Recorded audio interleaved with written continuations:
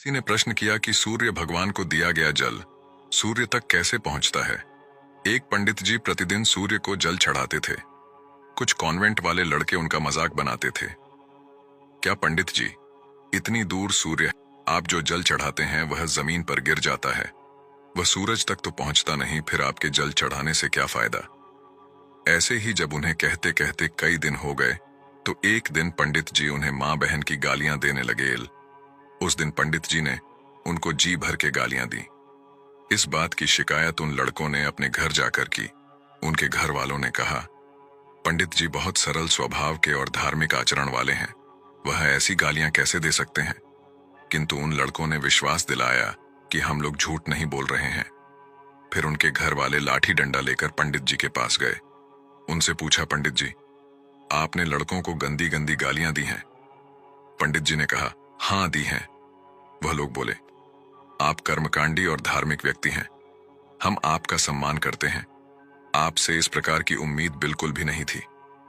पंडित जी ने कहा, मैं सूर्य देव को जल चढ़ाता था, यह लोग प्रतिदिन मेरा मजाक बनाकर कहते, आपके द्वारा चढ़ाया जल तो यही गिर जाता है, सूर्य देव तक नहीं पहुंचता है। इस बात का उत्तर मैंने इन्हें दिया है। घर वाले बोले, गालियां देकर कौन सा उत्तर दिया जाता है।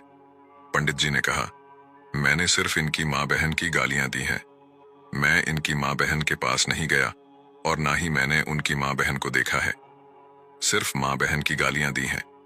गालियों का प्रभाव इतना हो सकता है कि इन लोगों ने शिकायत की और आप लोग लाठी डंडा लेकर के मुझे मारने के लिए आ गए और कुछ अपनी बाहें समेटने लगे। अब शब्दों का इतना बड़ा प्रभाव है तो जो मैं प्रेम से सूर्य देव को मंत्र पढ़कर जल अर्पित कर रहा हूं, क्या वह उन तक नहीं पहुंच रहा होगा। जब अब शब्दों का प्रभाव इतना अधिक हो सकता है तो क्या प्रेम के साथ मंत्र उच्चारण और भगवान को अर्पित प्रसाद और जल भगवान तक नहीं पहुंच रहा होगा। पंडित जी की यह बात सुनकर वह सब लोग उन्हें प्रणाम कर वापस चले गए।